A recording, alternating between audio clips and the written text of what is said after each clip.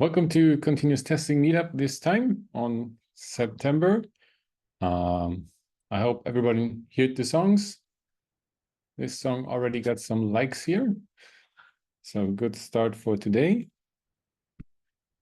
First of all, want to say thank you to Salz Labs, for TUI and Trendig for offering some support for this meetup. And if you want to see some older meetups, just join continuoustestingmeetup.com. There you can stream older meetups and also this one after this. We make a recording, by the way, so you're recorded. If you don't want to see yourself on the camera, just turn it off. And yeah, then we are here with Federico Toledo. And he's talking about challenges in software quality brought by GenAI and LLMs. And yeah, I'm happy to announce him, and he will soon start.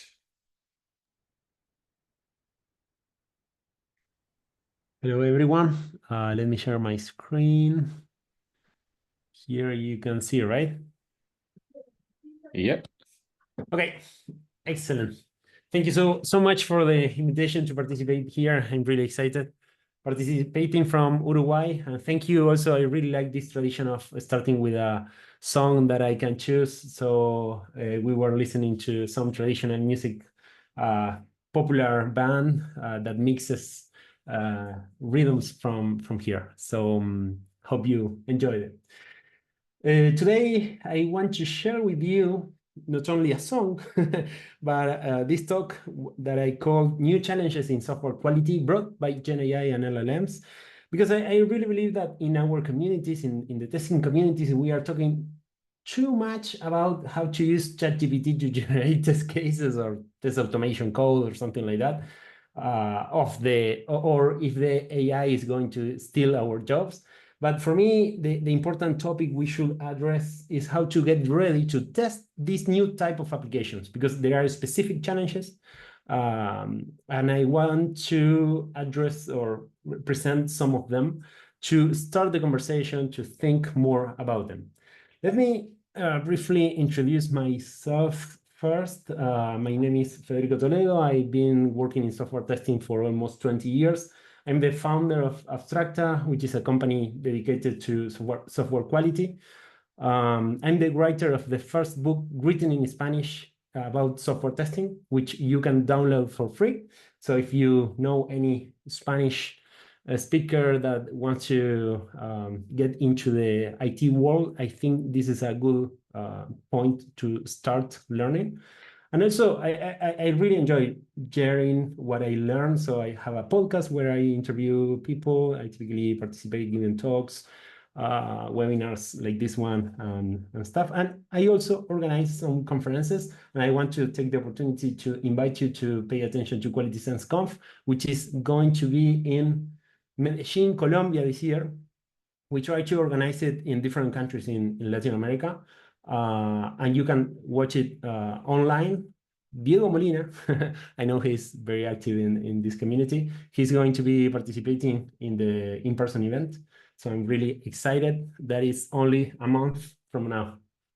So let's dive into the topic today. This is how I organized the talk. But again, I want to focus on risks and challenges specific to software quality and software testing for this type of applications, right? So in order to understand which type of applications I'm going to be talking about, I really like this model from Andrei Karpathy, one of the founder engineers of OpenAI, that it's kind of a metaphor where you can see this type of application represented as something that we really know, which is the architecture of a computer, right? Where the LLM it's the CPU, right? That has a RAM memory, which would be the context window. It can connect with other LLMs, or it can go through the Ethernet using a browser, right? Also, the LLMs today are not only working with text. They can connect to other devices, like providing video or audio or images, and also generating that. We could say that it has a unit for doing calculations, which would be the code interpreter that we have in ChatGPT, where it can generate Python code and run it to solve specific analysis. And we could say that we can also provide a disk that would be the RAG approach, that we will talk more about that later, in order to have the power of an LLM, in order to make questions to our own knowledge base, our own files or database or whatever we want, right? So as you can see here, there are a lot of complexity, that each component is not only using an LLM or invoking a prompt through an API, right? It's like designing a system based on an LLM and designing the interactions for a user. And I think in this complexity that in many cases is kind of hidden, we can miss a lot of risks or problems that can affect the user experience. And this is what I want to address today. Let's start with one of the most basic and concerning risks for me, which is the user expectations changed. After ChatGPT was introduced, I think applications, assistants like Alexa, Siri, Google Assistant seem less intelligent, right? I have a Google Home here, and I remember 2 years ago, I felt like in the future, giving instructions to a system through my voice, right? It felt really like a Star Trek movie, something like that. But nowadays, I feel that they are kind of dumb because they don't understand me in the same way ChatGPT understands me, right? So this is why I believe that the user expectations for these kind of interactions through natural language changed after we started to use ChatGPT. And in the same line, we could say the same about the response times, the expectations of the response time. Because again, 2 years ago, if you tell me, I'm going to give you a system that you know, is a generative artificial intelligence that do this, and it has a lot of processing data, blah, blah, blah, blah. I would say, okay, if it takes a minute to answer a question, that's okay. I mean, it's a system that is doing a lot of work, right? But now it's like ChatGPT introduced this new way of providing the response chunk by chunk or word by word. So I feel that I have the response immediately, and I can read fluently the response. So the user is expecting that. And if you call the API synchronously, you will have to wait a minute to give the response to your user. So you need to implement something to manage the interaction with the user in a similar way, because this is what the user is expecting, right?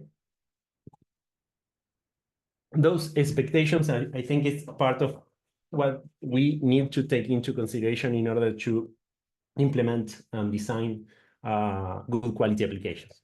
So then we need to understand how these models are trained, but not only trained, but also adjusted, because we know that the models are trained with information available in the internet.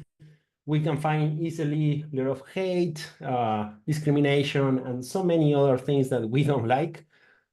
And the companies working in these models, they know that this is a problem, so they do something in order to compensate that kind of behaviors or to avoid this kind of harm. So in those adjustments, they could also introduce some problems to the way we are going to use the model. And here is a famous example. If you ask Gemini to generate a German soldier, it generated a diverse group of people, which could seem cool, but actually is not reflecting the real history. So depending on what you are using this for, you should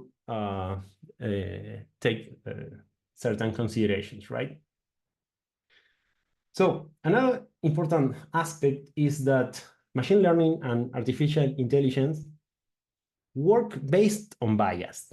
This is something that I discovered, or I used to have a misconception here until recently, that I thought that we should try to avoid to have a bias, but actually bias is part of your data, part of your model, and the real question we need to ask is if there is any bias that can affect negatively to our users, to the user experience. For example, denying opportunities, or maybe the software is not working for specific scenarios or for specific users. So we need to take care of this type of situations, right?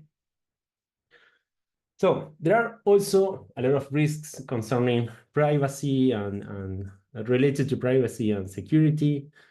We need to take care of the data governance, the access control, be careful of not sending sensitive information to certain platforms if this is what we want to avoid.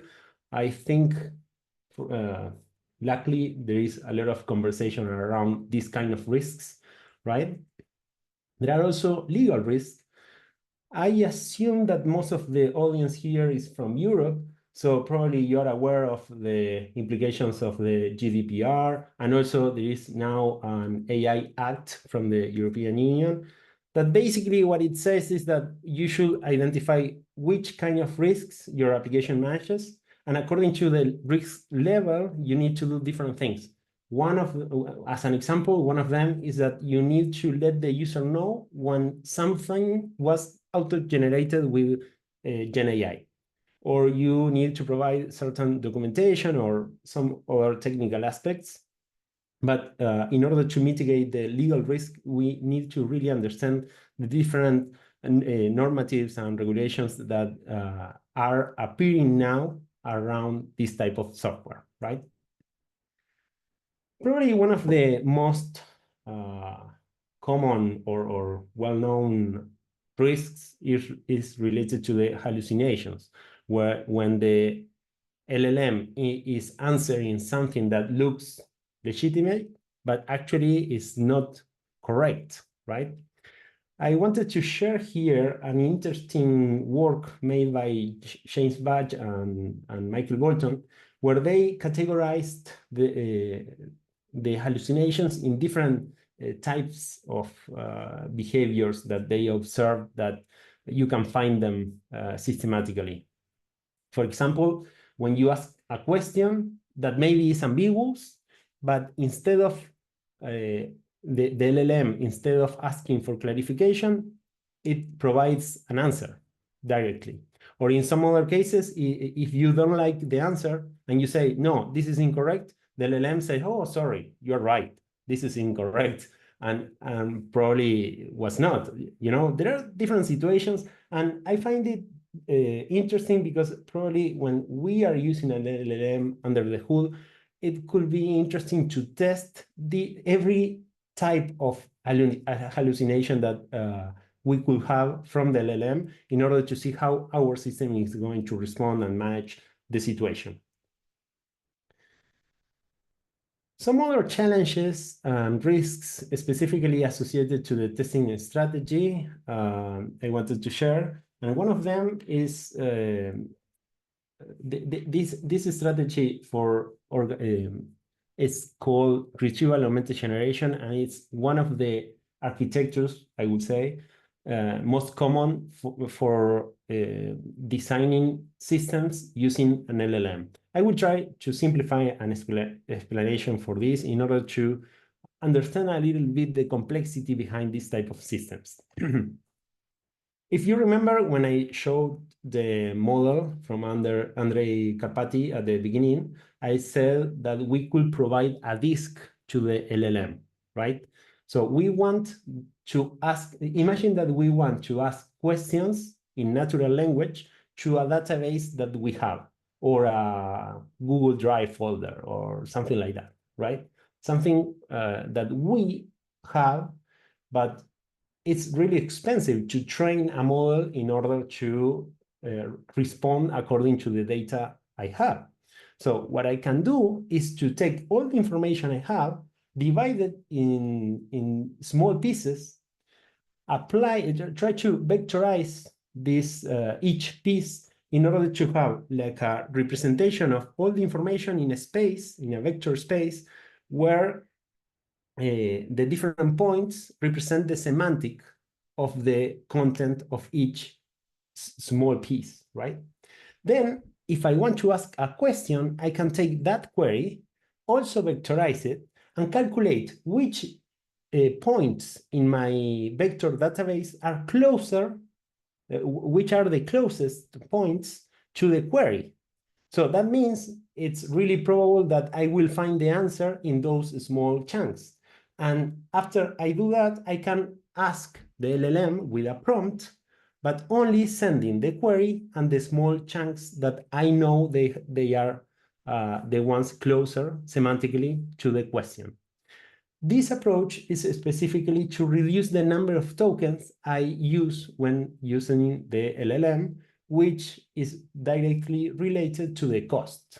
So this is a way to optimize the performance, the cost, and everything, right? But as you can see here, there are different variables to adjust. I can divide the information in different sizes of chunks. The chunks can have different sizes. I can use different vectorization methods. I can use different databases for that. I can take the top 10 data points or the top 5, or, there are different things to decide that will affect the final output. So I believe that as testers, we really need to understand this architecture to see how to test it. Also, to test the quality of the information that we have, that we want to conserve. There are different things. This was only an overview in order to give you an idea. But if you are going to face this type of challenges, I really believe we need to really understand how this work. What are the places where this type of system can fail and how to test it. Also, there are different tools that we can use in order to test, to do some verifications on the output, right? Those tools, for example, can give you different metrics and can analyze the falseness or the toxicity of the response. So you can evaluate and analyze the different responses you have from the LLM. Something that we consider that is really, really important is at some point to add a human in the loop, especially if your application is have some risk to at some level. And I have an example. We are also lately running different development projects where we are using GenAI for different things. One of them is for a hospital in United States. They have this issue that is really expensive for them to digitize the prescriptions, right? And we could implement very quickly a system using OpenAI API that analyzes the image of a prescription and digitizes it. This is really cool. This is something that really optimizes the process, but I will not ever put this system into production without a human verifying that the image and the text that was extracted from the image is correct or not, because we are talking about medicine, we are talking about doses, and the risk is really high, right? Probably when we talk about the ethics of programming or the ethics of this type of things is like how you are going to design this type of system. So another important thing that can help you to check the quality of the responses is to involve the user by providing transparency. We should, as I mentioned before, we should let the user know if something was generated automatically. If we are using a RAG approach, there are some platforms that allow you to add references. So that means not only giving an answer to some question, but also saying, I'm answering this based on the text from here, and from this document, I took this paragraph, or so giving visibility on how the answer, the response was formed, right?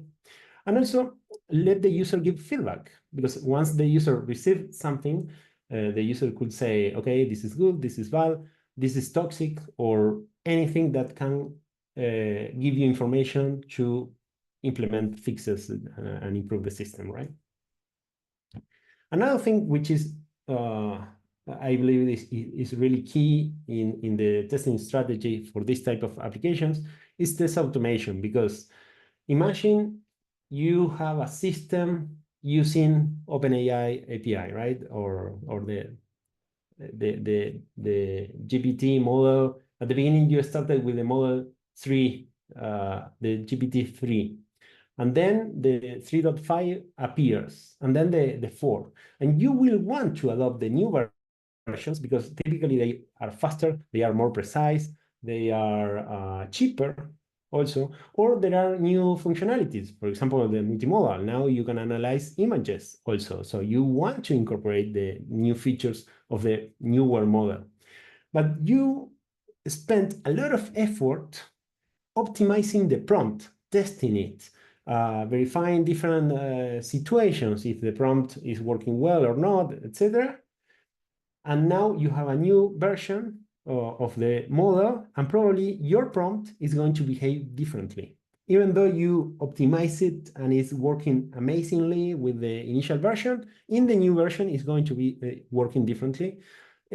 An example is that if you manage to get the response in a JSON format, maybe it stopped working like you were expecting. So when you parse the response, there is a problem. So this type of situations is something that you would like to check. And the automation of non-deterministic outputs is really challenging. So for this, what we have nowadays is a few frameworks. One of them, I will present one of them, which is from OpenAI. It's called Evals. But there are so many. This one is open source. There are some others that are also open source. There is one from LangChain that is called Evaluation, I think, and a few others. But they work very similarly. Basically, what they allow you to do is to execute a prompt and do some verification on the response of that prompt, right? And in this case, there are two types of templates that are provided for the verifications. One of them Alexander. Yeah, sorry. Okay. One of them is the basic eval template, right? That this is basically string comparison. If the output contains certain text, or if does not contain certain text, or something like that. In most cases, this is not going to solve the evaluation that we want to do. And for more complex verifications, we have this type of template, which is the model graded eval templates, which is kind of funny to think you cannot my stream in your stream. Okay, I think there is a bot or something. Guys. What's going on here? Okay, I will continue, but sounded like a bot or something like that. Okay. So there is also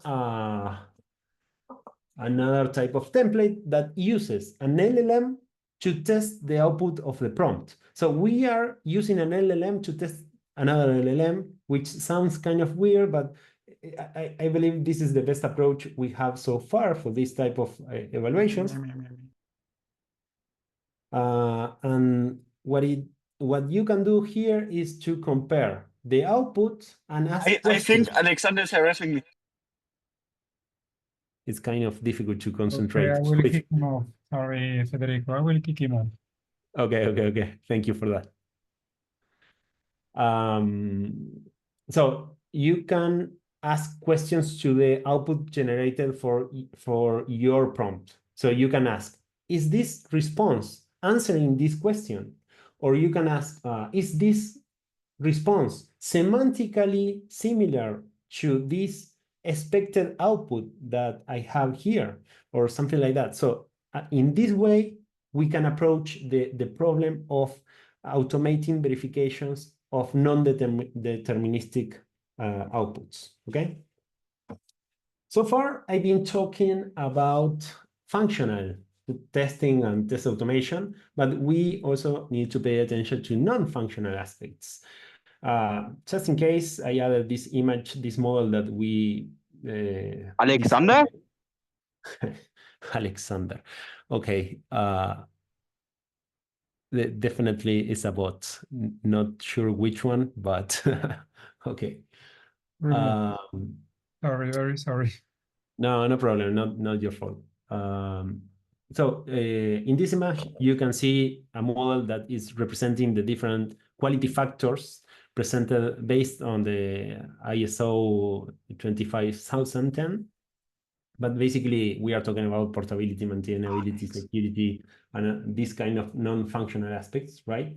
For security, I wanted to mention that OWASP organization have published also a top 10 vulnerabilities for this type of applications. And to give you an idea which type of vulnerabilities we are talking about here, the top one, the number one, is the prompt injection, which is very similar to SQL injection, but for prompts, right?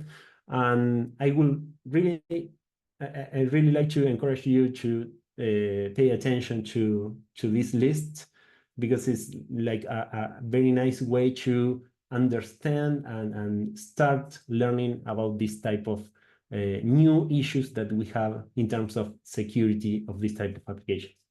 When we talk about usability and accessibility, my feeling is that we are in a stage that we need more research, because we are talking about a new type of interactions between the users and the system, which is using natural language. This is why I'm wondering if we need support from philologists, from people with extensive knowledge about language, right? And another strategy we could do here, as I mentioned before, is asking the user to provide feedback, right? About how easy to use is the system, if they have any accessibility issues, right? For performance, I wanted to mention that observability should be a key component of your quality strategy,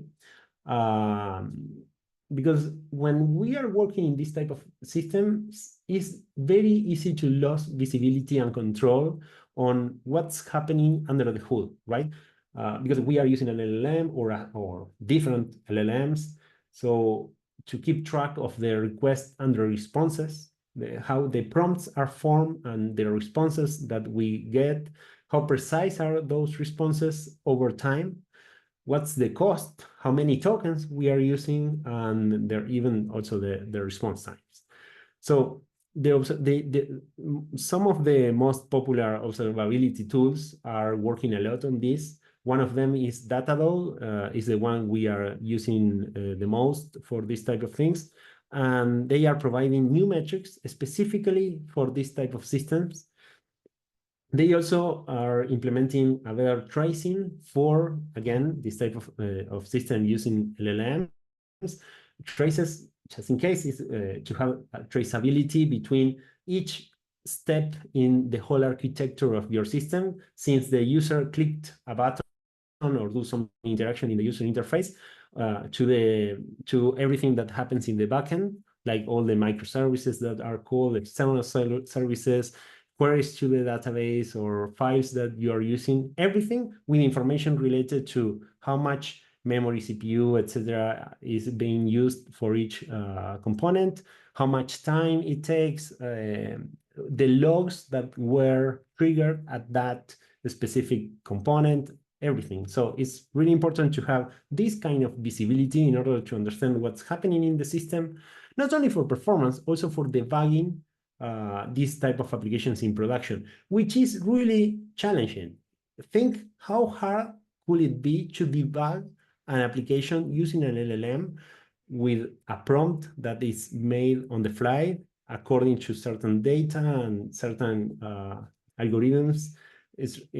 So I really believe that observability must be a part of your quality strategy also for this. Here you have some screenshots, particularly from Datadog, for this type of component. To wrap up the conversation and move to the Q&A section, some closing thoughts. I really believe that GenAI and LLMs are great for certain type of problems, to solve certain type of problems. And with the hype today, it's like everyone wants to use GenAI for everything. But for certain type of problems, we still need to use imperative programming, the traditional programming, I could say. So the challenge for us is to find a healthy balance between the excitement and the skepticism, right? Because it's not like, no, the model is failing to answer this type of question, so it doesn't work for anything. No, it's really good for certain type of things, for others maybe not, or not yet. And finding this balance, by finding this balance, I think we could generate amazing applications, solving amazing problems. And I hope to have contributed a little bit to the definition of the testing strategies once you are facing this kind of challenges. And again, I'm really happy to be here, and I will love to continue the conversation if you have any questions.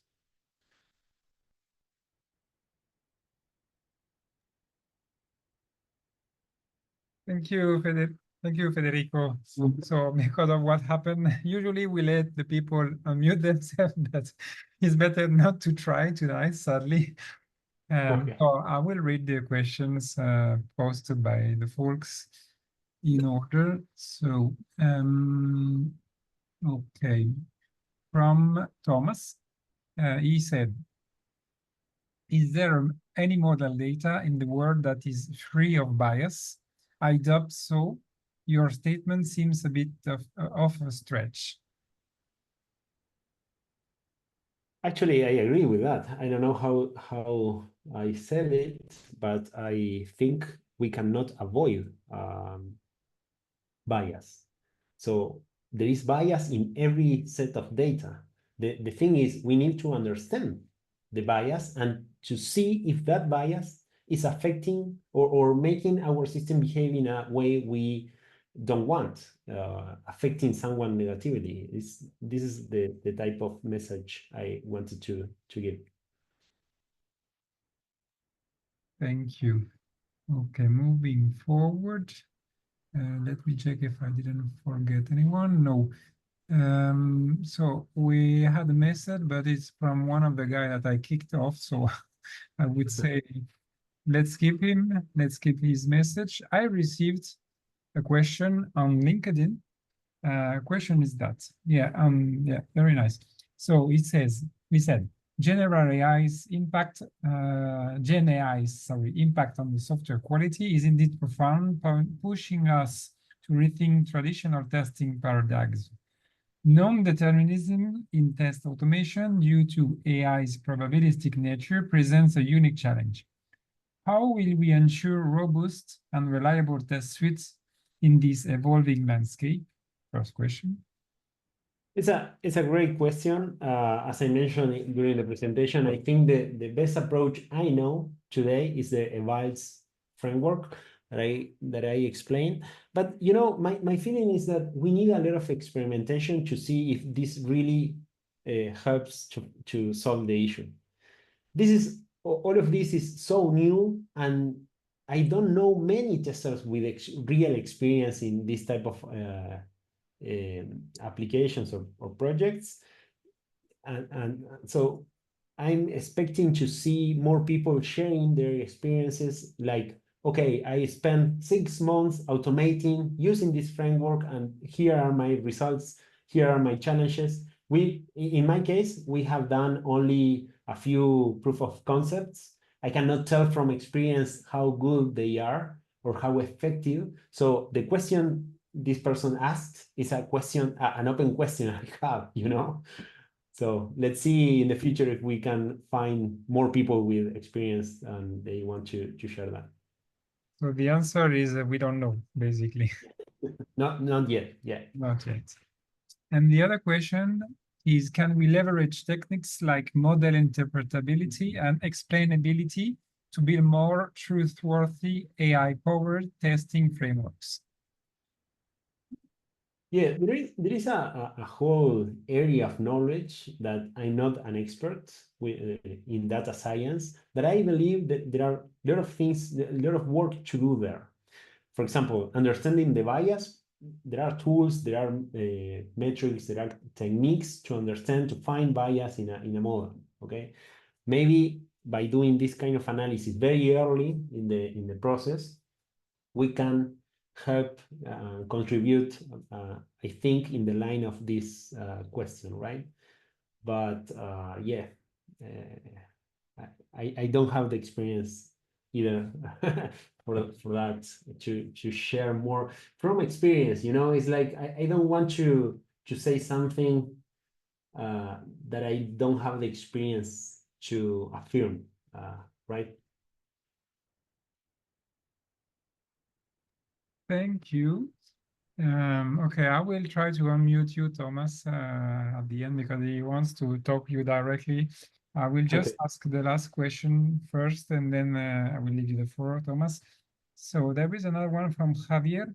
He said, is there a preferred strategy to implement test automation with LLM that you use for observability or for security purposes? For security, I would say to pay attention to the OWASP top 10 vulnerability list.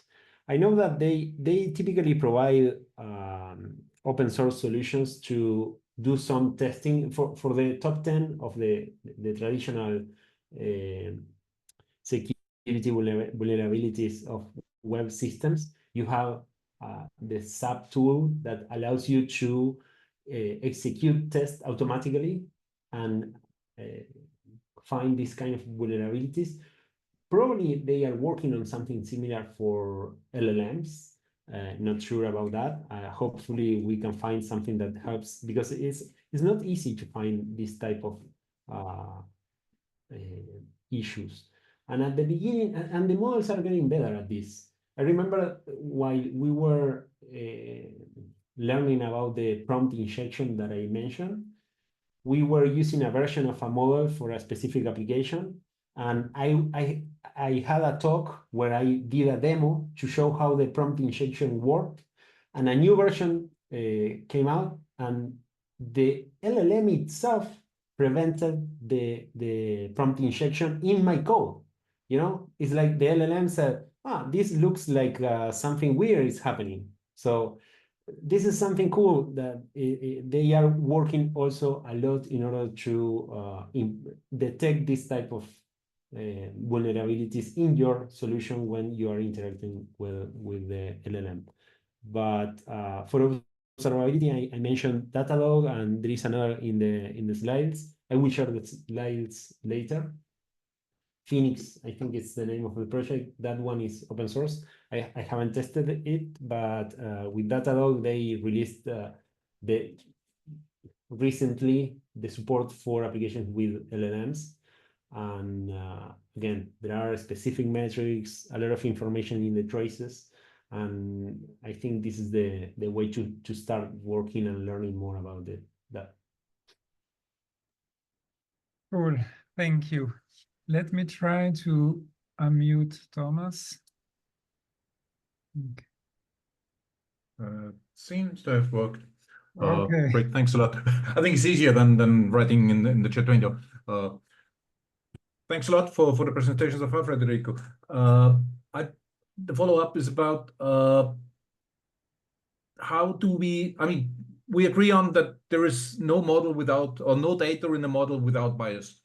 But how do we overcome the bias in a how to say, like a primary rule approach?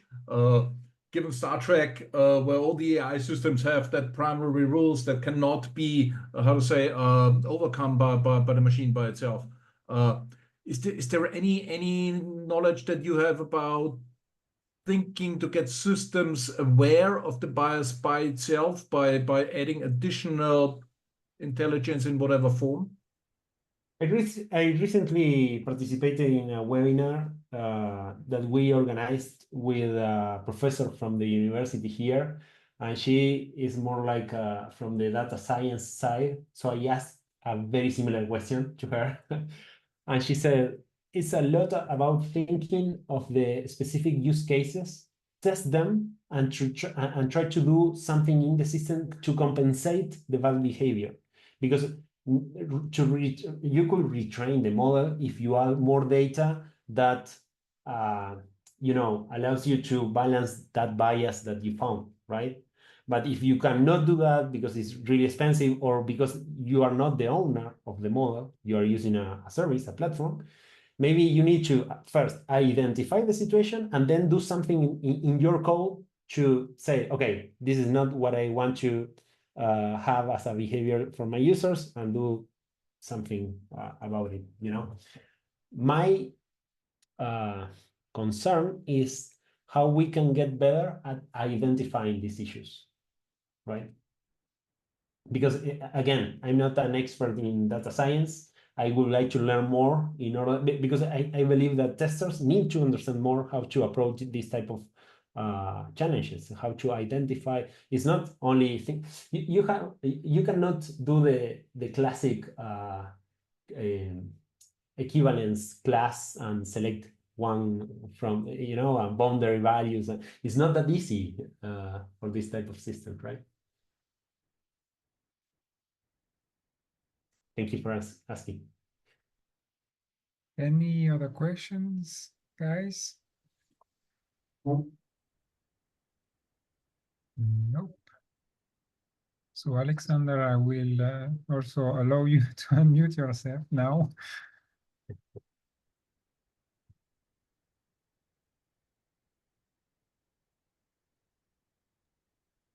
All right.